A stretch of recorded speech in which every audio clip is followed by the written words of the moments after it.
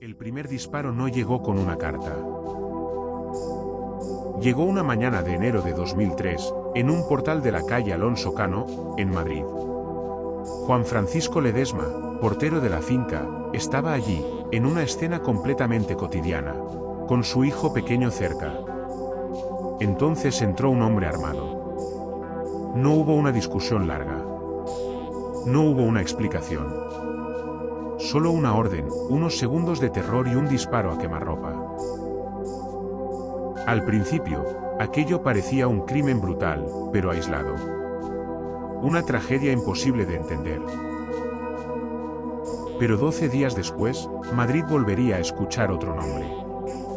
Otra víctima. Otro disparo. Y junto a ese segundo escenario aparecería un detalle que cambiaría para siempre la forma en que España recordaría este caso, una carta de la baraja española.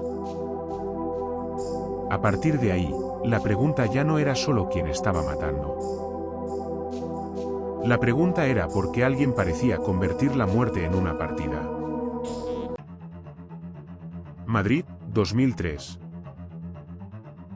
La ciudad seguía su ritmo habitual, portales que se abrían temprano, trabajadores esperando el autobús, bares de barrio, carreteras de entrada y salida, gente que iba de casa al trabajo sin imaginar que podía cruzarse con la muerte en cualquier esquina. El caso que después sería conocido como el del asesino de la baraja no empezó con una gran escena policial ni con una amenaza pública. Empezó de forma seca, casi silenciosa, con un crimen que parecía no tener sentido. La primera víctima fue Juan Francisco Ledesma, portero de una finca en Chamberí. Un hombre que no conocía a su agresor y que no parecía formar parte de ningún ajuste de cuentas. Eso fue lo que hizo que el caso resultara tan inquietante desde el principio, la ausencia de un motivo visible. Durante las primeras horas, los investigadores podían pensar en muchas posibilidades. Un robo que salió mal. Una agresión personal. Una deuda. Una venganza. Pero cada hipótesis necesitaba una conexión, y esa conexión no aparecía. Días después, el miedo cambió de forma.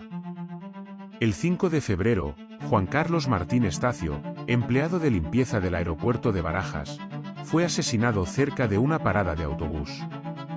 En ese escenario apareció un as de copas. Al principio, aquella carta pudo parecer una casualidad extraña, un objeto abandonado sin importancia. Pero para la prensa y para la opinión pública, el símbolo era demasiado poderoso como para pasar desapercibido. Una carta. Un muerto. Un asesino sin rostro. Desde ese momento, el caso empezó a adquirir una dimensión diferente. No era solo una investigación criminal.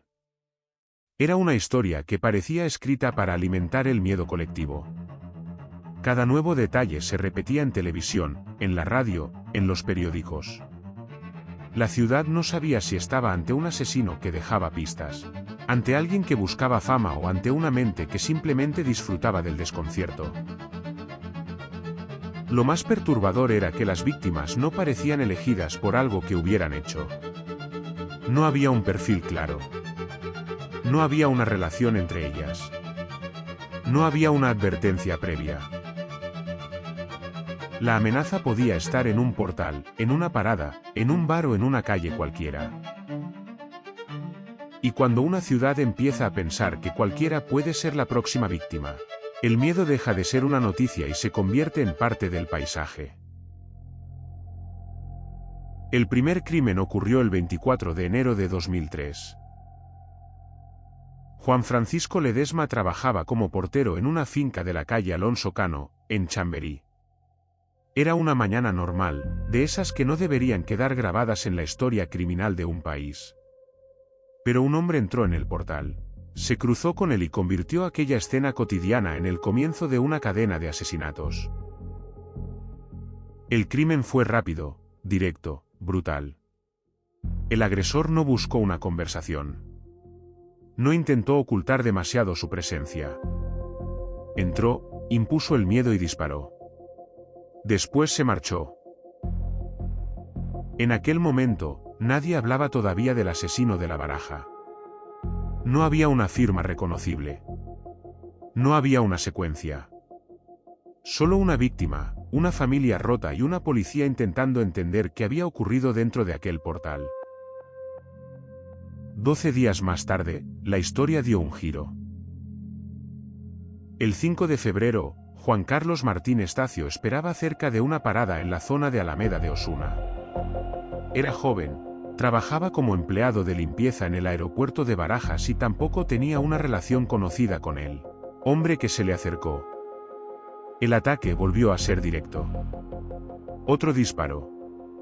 Otra víctima escogida sin una razón aparente. Fue allí donde apareció el as de copas. Ese naipe cambió la lectura del caso. La carta no explicaba el crimen, pero le daba una imagen.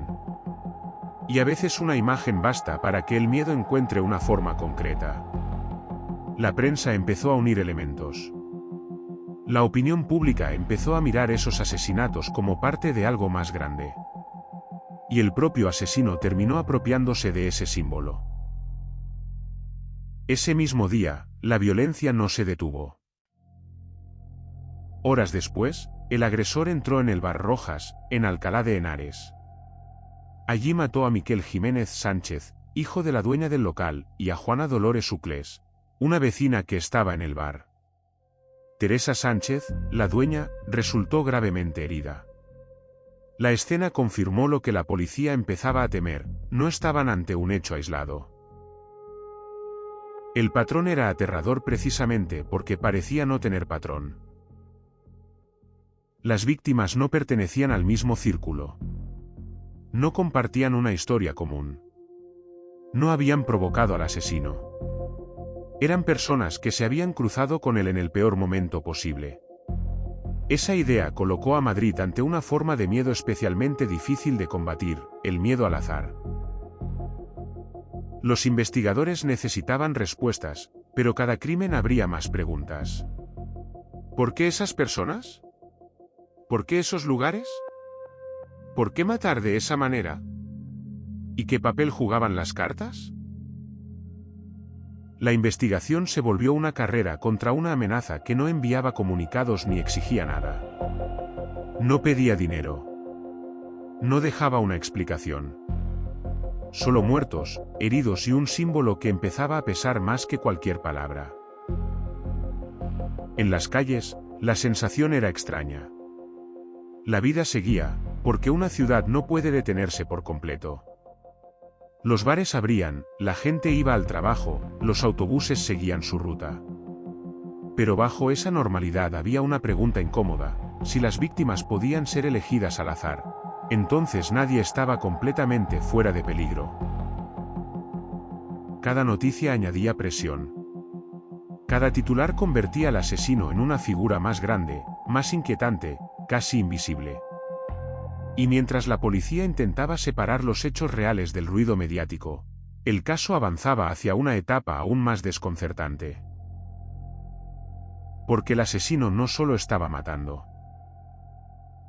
Estaba aprendiendo el efecto que causaba. Para entender por qué este caso impactó tanto, hay que detenerse en un detalle: el símbolo de la baraja no nació exactamente como muchos imaginan. La carta que apareció junto a Juan Carlos Martín Estacio, el as de copas, fue interpretada como una posible firma. Pero según la reconstrucción del caso, aquel primer naipe no habría sido colocado deliberadamente como mensaje criminal. Fue la lectura pública, la atención de los medios y la fuerza visual de ese detalle lo que terminó dándole una identidad al caso. Y ahí ocurrió algo inquietante: el asesino adoptó el símbolo. A partir de entonces, las cartas dejaron de ser un objeto accidental y empezaron a formar parte del relato. La baraja se convirtió en una marca, en una forma de atribuirse los crímenes, en una manera de alimentar el terror. No porque explicara el motivo, sino porque daba al asesino una presencia casi teatral. Ese fue uno de los grandes problemas para los investigadores. Había demasiada imagen y muy poca explicación. el 7 de marzo, el caso volvió a golpear. En Tres Cantos, el agresor atacó a Santiago Eduardo, que resultó gravemente herido. Junto a él estaba Anaid C., a quien también intentó disparar. La pistola se encasquilló, y ese fallo impidió que la escena terminara con otra muerte. En aquel lugar apareció otra carta, un 2 de copas. El miedo ya no pertenecía solo a Madrid capital. La amenaza se extendía por la Comunidad de Madrid y obligaba a coordinar pesquisas entre cuerpos policiales distintos. La Policía Nacional y la Guardia Civil trabajaban sobre escenarios diferentes, víctimas sin conexión clara y un agresor que parecía moverse sin una lógica fácil de anticipar. El 18 de marzo llegó otro golpe. En Arganda del Rey, George y Diona Magda fueron atacados en una zona apartada. Él murió en el acto. Ella falleció 2 días después. En esa escena aparecieron 2 cartas más. Para entonces, el caso ya tenía todos los ingredientes de una pesadilla pública: víctimas al azar, un arma de fuego, escenarios cotidianos, supervivientes traumatizados, una prensa pendiente de cada pista y un símbolo que convertía cada crimen en parte de una secuencia. Pero detrás de esa imagen casi novelesca no había un personaje sobrenatural. Había un hombre concreto, Alfredo Galán Sotillo. Es militar, había servido en Bosnia, y según la investigación, utilizó una pistola Tokarev. Ese dato resultó clave, porque el arma vinculaba los ataques y ayudaba a ordenar lo que hasta entonces parecía una cadena caótica. La balística empezó a dar estructura a la investigación. Los testimonios ofrecían fragmentos: un hombre con bigote, una presencia agresiva, movimientos rápidos. Pero todavía faltaba una pieza definitiva. Lo más desconcertante fue el final. Alfredo Galán no fue detenido después de una persecución espectacular. No cayó tras un operativo cinematográfico. Se entregó en una comisaría de Puerto Llano el 3 de julio de 2003. Llegó y confesó ser el responsable de los crímenes que habían mantenido en tensión a Madrid durante meses. Pero incluso esa confesión tuvo sombras. Después se retractó. Negó los hechos. Intentó alejarse de su propia declaración. Sin embargo, el caso contra él ya no dependía solo de sus palabras. Había pruebas, testimonios, escenas, vínculos balísticos y una reconstrucción que apuntaba hacia él con fuerza. En 2005 fue condenado a 142 años y 3 meses de prisión por 6 asesinatos consumados y otros 3 en grado de tentativa. Legalmente, el caso encontraba una respuesta. Pero emocionalmente, quedaba una pregunta abierta. ¿Por qué? Esa es la pregunta que hace que este caso siga siendo tan incómodo. Porque cuando el motivo no encaja en una explicación simple, el horror parece más difícil de cerrar. No había una venganza reconocible. No había una enemistad. No había una lista de objetivos. Había personas que salieron de casa, fueron a trabajar, esperaron un autobús o entraron en un bar. Y se cruzaron con Alfredo Galán. El caso del asesino de La Baraja dejó una marca profunda porque rompía una idea básica de seguridad: la creencia de que el peligro suele tener una dirección comprensible. En muchos crímenes, por brutales que sean, los investigadores buscan una relación. Una pareja, una deuda, un conflicto familiar, una discusión, un enemigo. Algo que permita ordenar el caos. Aquí, durante meses, esa conexión no aparecía. Las víctimas parecían unidas solo por una circunstancia terrible: haber coincidido con el asesino. Eso convirtió el caso en una amenaza especialmente difícil de asumir para la sociedad. No era el miedo a un lugar concreto. No era el miedo a una banda concreta. Era el miedo a que una persona aparentemente anónima pudiera aparecer en un portal, en una parada de autobús, en un bar o en una calle y disparar sin una razón visible. Los medios amplificaron esa inquietud. La expresión asesino de la baraja era breve, visual y fácil de recordar. Tenía fuerza de titular. Pero también tenía un riesgo: convertir una cadena de asesinatos reales en una especie de relato oscuro, casi de ficción, donde el símbolo podía llegar a eclipsar a las víctimas. Por eso es importante nombrarlas. Juan Francisco Ledesma, Juan Carlos Martín Estacio, Miquel Jiménez Sánchez, Juana Dolores Uclés, George, Diona Magda. Y también quienes sobrevivieron, pero quedaron marcados por la violencia: Teresa Sánchez, Santiago Eduardo y Anaid C. El caso también mostró la dificultad de investigar un crimen seriado cuando el agresor no responde a un patrón evidente para el público. La policía tenía que trabajar sobre escenas dispersas, testimonios parciales, análisis balísticos y una presión enorme. Cada día sin detención aumentaba la sensación de vulnerabilidad. Años después, el caso sigue interesando no solo por la violencia, sino por la forma en que se construyó su relato. Una carta que al principio pudo ser casual terminó dando nombre a uno de los criminales más conocidos de la crónica negra española. Esa transformación dice mucho sobre cómo recordamos los crímenes. A veces una imagen sencilla se queda más grabada que toda la complejidad de una investigación. Pero detrás de esa imagen había familias destruidas. Había personas que no eran personajes secundarios de una historia macabra. Eran trabajadores, vecinos, madres, hijos, parejas. Personas que estaban viviendo un día normal hasta que Alfredo Galán apareció. Esa es la parte que no conviene olvidar. El símbolo puede hacer famoso un caso, pero las víctimas son quienes le dan su verdadero peso.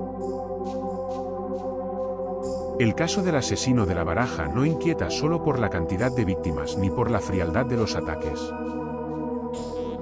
Inquieta porque obliga a aceptar algo mucho más incómodo: a veces el peligro no anuncia su llegada. No siempre hay una amenaza previa, una explicación clara o una señal que permita apartarse a tiempo. A veces una persona sale de casa para trabajar, para esperar un autobús o para atender un bar, y se cruza con alguien que ha decidido convertir una vida ajena en parte de su propio vacío. Durante meses, Madrid buscó un rostro para ese miedo. Lo encontró en Alfredo Galán Sotillo, un hombre que primero confesó, después se retractó y finalmente fue condenado por una cadena de crímenes que dejaron 6 muertos y varios supervivientes marcados para siempre. Pero una condena no repara lo perdido. No devuelve a Juan Francisco, ni a Juan Carlos, ni a Miquel, ni a Juana Dolores, ni a George, ni a Diona. Tampoco borra el trauma de quienes sobrevivieron. Por eso esta historia no debería recordarse como una partida macabra. Debería recordarse como una advertencia sobre el daño real que queda detrás de cada nombre convertido en titular. Si quieres seguir explorando casos reales contados con respeto, contexto y sin morbo gratuito, suscríbete a Almas Corruptas. Aquí no buscamos glorificar al asesino. Buscamos entender qué ocurrió, cómo se investigó y por qué algunas historias siguen pesando años después.